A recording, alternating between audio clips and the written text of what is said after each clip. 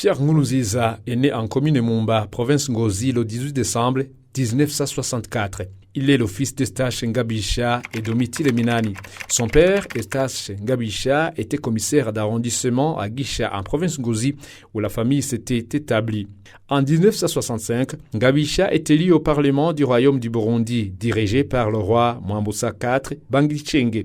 Il a été tué en 1972 lors des massacres qui ont fait des centaines de milliers de morts en quelques semaines.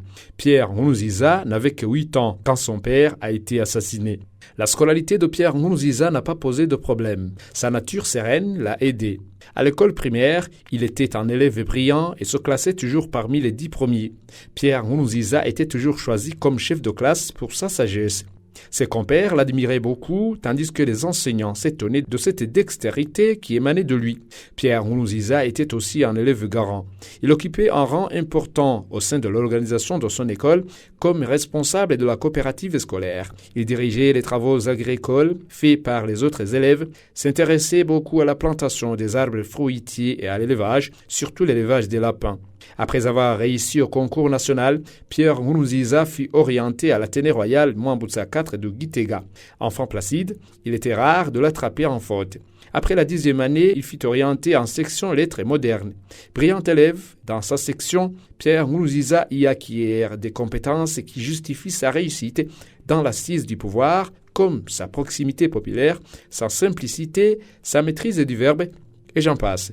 En 1987, il quitta la secondaire pour entamer l'enseignement supérieur. À la sortie du lycée, il avait voulu devenir officier ou économiste, mais les restrictions contre les Hutus instaurées par le pouvoir d'alors l'en avaient empêché. Il fut orienté dans l'IEPS. Il réussissait toujours avec succès les premières sessions. À l'université du Burundi, Nkurunziza était surnommé commandant. Ce sobriquet lui avait été conféré lors des baptêmes universitaires. Il avait en effet été désigné par le comité de suivi des étudiants, les sages, pour être le délégué de tous les puants, jargon universitaire désignant les nouveaux étudiants tout au long du baptême. Il quitta l'université du Burundi en 1991 pour l'enseignement au lycée Muramvya, où il prestait comme professeur du cours d'éducation physique et sportive EPS. Il vécut à Muramvya un court moment, puisqu'en 1992, il regagna le campus universitaire et l'Institut supérieur des cadres administratifs et militaires, ISCAM, pour y travailler en tant que professeur assistant en gymnastique. En 1995, recherché par les tueurs, Pierre Nkurunziza rejoint la rébellion des forces de défense de la démocratie, FDD, créée 2 ans plus tard, après l'assassinat de Melchior Ndadaye le 21 octobre 1993, le premier président démocratiquement élu. Après des mois de guérilla, Nkurunziza est grièvement blessé à la jambe par un éclat d'obus. Il survécut miraculeusement 4 mois plus tard dans les marécages. C'est là que Dieu lui serait apparu pour lui annoncer qu'il dirigerait un jour le Burundi.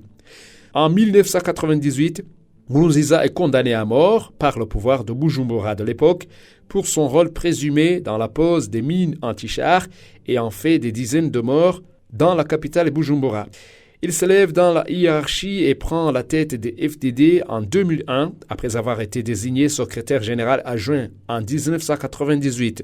Nkurunziza et les FDD refusent de participer aux négociations qui aboutissent à l'accord de paix d'Arusha de 2000 entre les partis politiques burundais. En décembre 2002, Nkurunziza signe à Arusha un accord de cessez-le-feu avec le président Buyoya, mais les combats entre l'armée régulière et les FDD continuent. À l'initiative des chefs d'État de la région, le président burundais Domitille Ndayizeye et Pierre Nkurunziza signent un accord de paix appelé accord de Pretoria en novembre 2003 sur la base d'un partage du pouvoir politique, militaire et économique.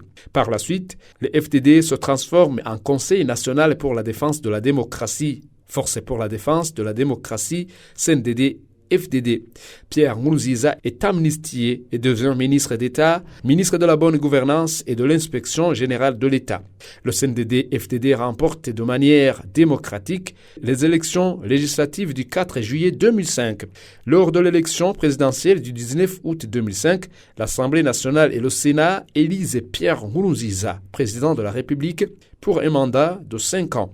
162 parlementaires votaient pour lui, 9 contre et 2 abstentions. Il prête serment le 26 août. Ce scrutin constitue l'étape finale du processus de paix. Pierre Nkurunziza est réélu en 2010, cette fois-ci par suffrage direct avec une victoire écrasante. Il va axer sa politique sur la réconciliation nationale, la relance économique et la stabilité politique. Brave et courageux, Nkurunziza était aussi attaché à l'unité nationale, à la justice, à la paix, à la souveraineté nationale et à la sécurité. En 2015, Pierre Nkurunziza fut encore une fois désigné par son parti, le CNDD-FDD, pour l'élection présidentielle, une candidature qui a été contestée par une frange de politiciens. Le 13 mai 2015, Pierre Nkurunziza, en déplacement pour un sommet en République unie de Tanzanie, est victime d'une tentative de coup d'État. Le 15 mai, après de violents combats, le chef des putschistes annonce leur reddition et le président est de retour. En 2018, Pierre Nkurunziza a été élevé au rang du guide visionnaire du parti CNDD-FDD pour notamment ses idées innovantes. Et en janvier 2020, Pierre Nkurunziza joint l'acte à la parole lors du congrès de son parti, le CNDD-FDD, en laissant son parti choisir un autre candidat à l'élection présidentielle.